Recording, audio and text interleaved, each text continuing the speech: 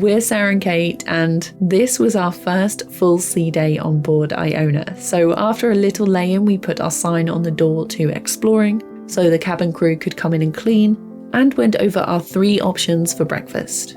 First, there's the buffet, which serves cooked breakfast, fruit, cereal, pastries, and toast. Second is the Keys, which serves till 11 and is a simplified help-yourself buffet with pancakes and waffles. And you can also request food to order.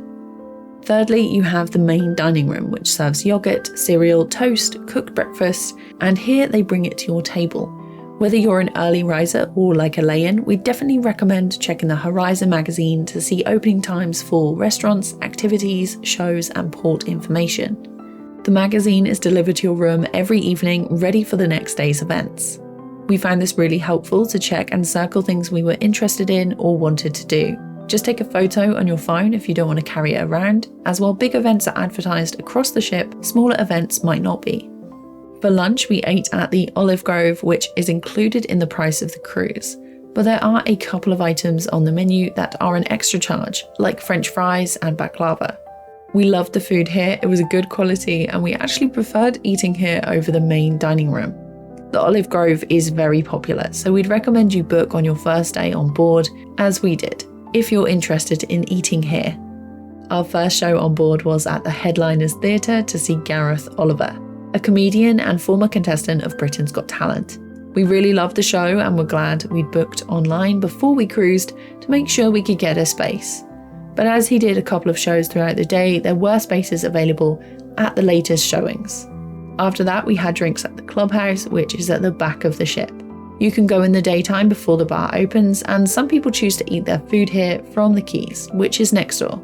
The bar opens in the evening and they have different live music and things happening throughout the week. Though popular, there's no need to book this one and you can just walk in and find a seat. Now, something we didn't expect during the cruise was just how warm it was on the ship. So if you're taking a winter cruise, be sure to bring a couple of t-shirts and thinner layers along, so you're not too hot when you move from outside to inside. For dinner, we ate at the Beach House, which serves Tex-Mex style food and is not included in the price of the cruise. There's a cover charge per person, and though the price does vary, it's up to about £9 per person. If you book before you cruise via the website, where you will have to prepay, there is a discount available. Like the Olive Grove, there are a couple of menu items that are an extra charge, like the steak or the sharing dessert. The staff were lovely, but the portions were small from what we chose, and though the food was good, it honestly wasn't our favourite paid restaurant we ate at, so we're not sure we'd prioritise this over other options on board. We went back to our cabin to find our excursion tickets for the next day had been delivered to our room, so spent the rest of the evening in our cabin to prep our backpacks with everything we'd need for our first port day and turned in for an early night. And that was the end of day 2.